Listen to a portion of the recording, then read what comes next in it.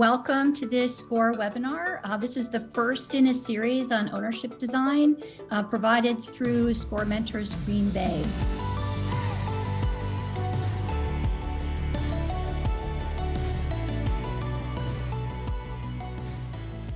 I'm gonna turn this over to John Pallas of Opolis to tell us a bit about his journey, as you mentioned, Brandon, but also a bit about what Opolis is. So go ahead, John.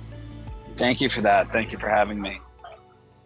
So I approach this mainly from a whole bunch of different vectors that converge into this sort of concept of what's the next generation of capitalism. So how I got there is most of it's really about game design and economic models. There's a bunch of convergences around monetary policy and social anthropology, like what are we trying to achieve kind of stuff. But in the end, my research led me to have a pretty strong conviction that whatever we come up with in the future, we've got to have a way to maintain two really primary things. One is structural and technological benevolence towards community contributors.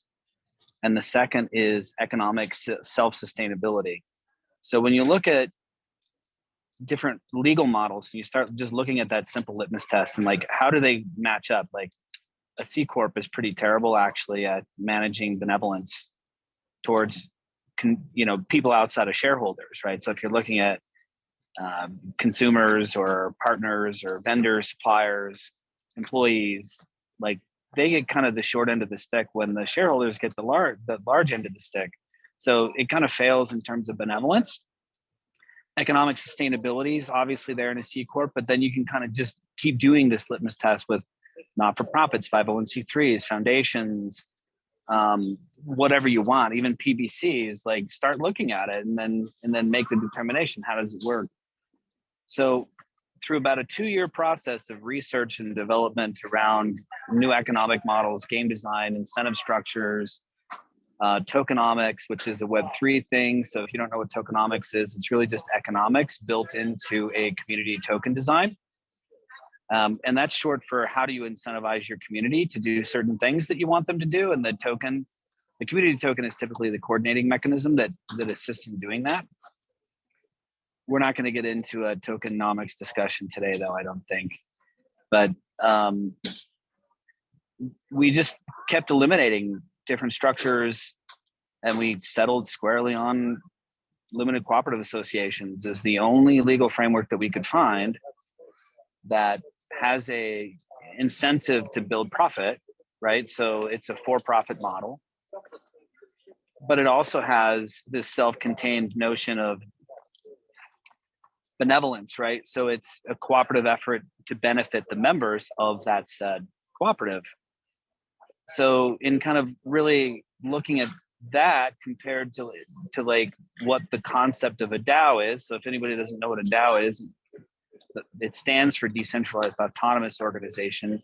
Although I'll point out they're hardly decentralized in most cases, they're hardly autonomous in most cases, and they're not even technically an organization because legally they don't exist. So it's more of an acronym at this stage. And I'm a big fan of what's called progressive decentralization. So where we started was, frankly, on purpose, more centralized, but then we have a roadmap that's going to progressively decentralize the operations of our communities over time. And then eventually decision-making, governance, and distribution of profits is all something that's handled in a rather autonomous way through the community technological stack that we build.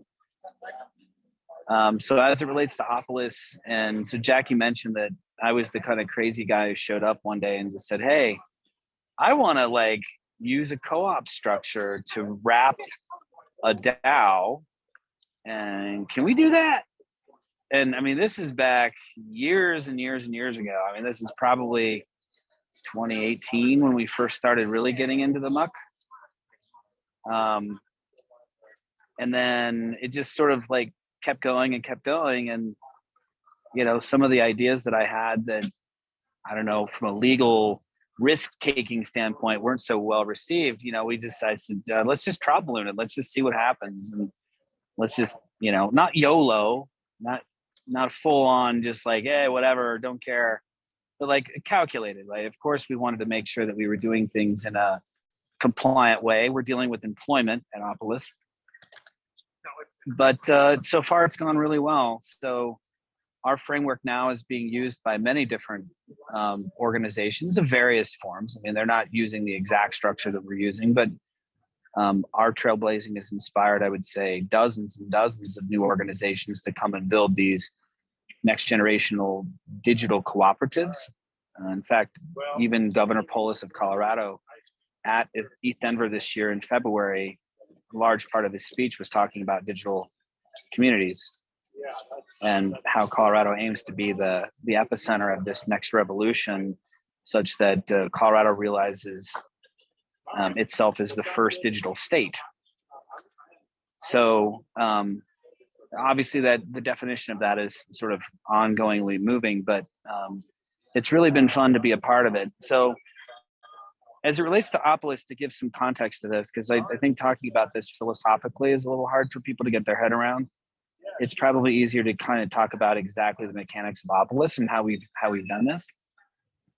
So everybody should know what a PEO is, professional employer organization. If you don't, a PEO is a legal designation that a company can take on, where you are an outsourced provider of employment and benefits services for businesses. So let's say they don't want to have an HR department, or they don't have an HR department, they're a small to medium-sized business, or even a larger sized business that just doesn't want to deal with it. And they outsource the function of benefits administration, payroll, compliance, tax payments, paychecks, W-2s, 941 filing. They outsource it to another company. Now that company uses an entity to group employ a bunch of different employees from a bunch of different companies. So it's sort of an aggregation play for purchasing power. So whereas typically a small business of 2 people can't really get very good healthcare insurance, when you join a PEO, you're getting the purchasing power of hundreds, if not thousands of people. And in some cases, like TriNet, you're talking about hundreds of thousands of people that are, basically banding together to create this. Now, this is a B2B sport. So the businesses have their own interests, right? So these are corporations, love them or hate them, are the great subjugators of the workers. So this paternalistic legal relationship that we have is what it is. It's part of the game design. And employment, as it's currently designed, is actually really mostly designed around efficiency of tax collection. Whether you know that or not, the reason why the employment model exists the way that it does, and the requirements and the compliance standards exist the way that they are, is because it's easier for the taxmen to get paid than it is to collect from a bunch of independent workers. Talk to the Department of Revenue at any state, and they'll tell you that the cohort that's the most difficult to manage is their independent worker population. They hate it. And what are you going to do? Go arrest a bunch of Bob Smiths that don't pay their quarterly taxes or something? Like, no, of course not. You're not going to do that. But you can hold the officers and directors of a corporation in contempt if they don't pay their federal weekly payments. And by statute, they can do that, right? So regardless of what you think employment is about, it's not about taking care of the employees. It's not about any of that. It's about taxes. So thinking forward to the next generation of employment, and one of the core concepts of Web3 is disintermediation of trusted third parties. So what is more centralized third party than employment? In other words, as an employee, I've got to ask permission from some corporation to get access to something as simple as group healthcare insurance, or a 401k plan, or unemployment insurance, or workman's comp insurance, or any of that. Like, I can't get any of that on my own. If I decide to be independent, that comes at a cost.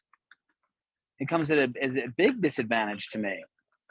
Not to mention the complexity of administering a small business, or making heads or tails of how to maximize tax implications. I mean, forget about it. Most people are not experts in this stuff. So what we said was, wouldn't it be cool If we could create a cooperative DAO, or a digital employment cooperative, or an employment DAO, to create a platform, talk about platform co-ops, that enables workers to collectively band together to essentially employ themselves, but provide all the standard accoutrement of what you would see in a large organization like group healthcare, like great benefits, national coverage, sophisticated tool sets, compliance, planning, tax payments, like all that, automate all of it. So essentially build a PEO for independent workers. So instead of going B2B, we just eliminate the middleman, we go straight to B2C. Now, from a compliance standpoint, corporations like this too, because typically you've got worker classification issues, you've got all these other things you got to think about, but these people are getting W-2s, they're getting pay stubs, they're being paid. It's just like a staffing company. How many staffing companies do you worry about having worker classification issues with? You don't, because they take on the risk. This is no different. They're taking on the risk as their staffing company of one, but they're plugged into a platform that enables thousands of people to be operating this way. So they get the benefits of having all of the typical features of large corporate employment without giving up their independence. Now, in a DAO format, people are often contributing to multiple platforms at the same time. People have multiple revenue streams. They have all sorts of various things going on, not just gig workers. I mean, we're seeing this, and not just professional consultants. We're seeing accountants and designers and software developers working on various projects. Well, who should the employer be? Which one? Which one should take on the responsibility? All of them? That seems like overkill. So they all have to do ACA compliance. They all have to offer healthcare, or none of them do because they're part-time, right? So they all get off the hook. So then the employee gets screwed because they're not qualified to get the full benefits package. Well, this way, it's actually reversed. Their employment is portable to them. They don't have to worry about what is going on at these corporations, because if they decide to end one contract and pick up another one, or various other ones, their employment, their healthcare, everything moves with them. Now, when you talk about the abstract of the Web3 digital future and what the future of work is and how it fits into that, I see Web3 as synonymous with the future of work. A highly fluid, high frequency, low friction, permissionless, global work environment where you can opt in to contribute to projects that are of interest to you based on your values and your skills and your lifestyle. Having access to those kinds of things would never work if you have to still operate inside of the corporate central employment model, because that's not high fluidity, that's not high frequency, that's super high friction. So you've got to basically take the risk off the plates of these corporations, because that's what they're managing for. Risk equals cost. So they have to put in compliance standards and control mechanisms and HR protocols and all these things to manage their, quote, human capital. Could we be less personal? And they move into this place where we've actually can flip it on its head. So from a legal, social design, economics design, we've taken, and just to kind of collapse the loop on this, we've taken a holistic view of architecting and engineering an entire new ecosystem platform that is high frequency, community owned, incredibly flexible, and we're already starting to scale it internationally. So very fun stuff.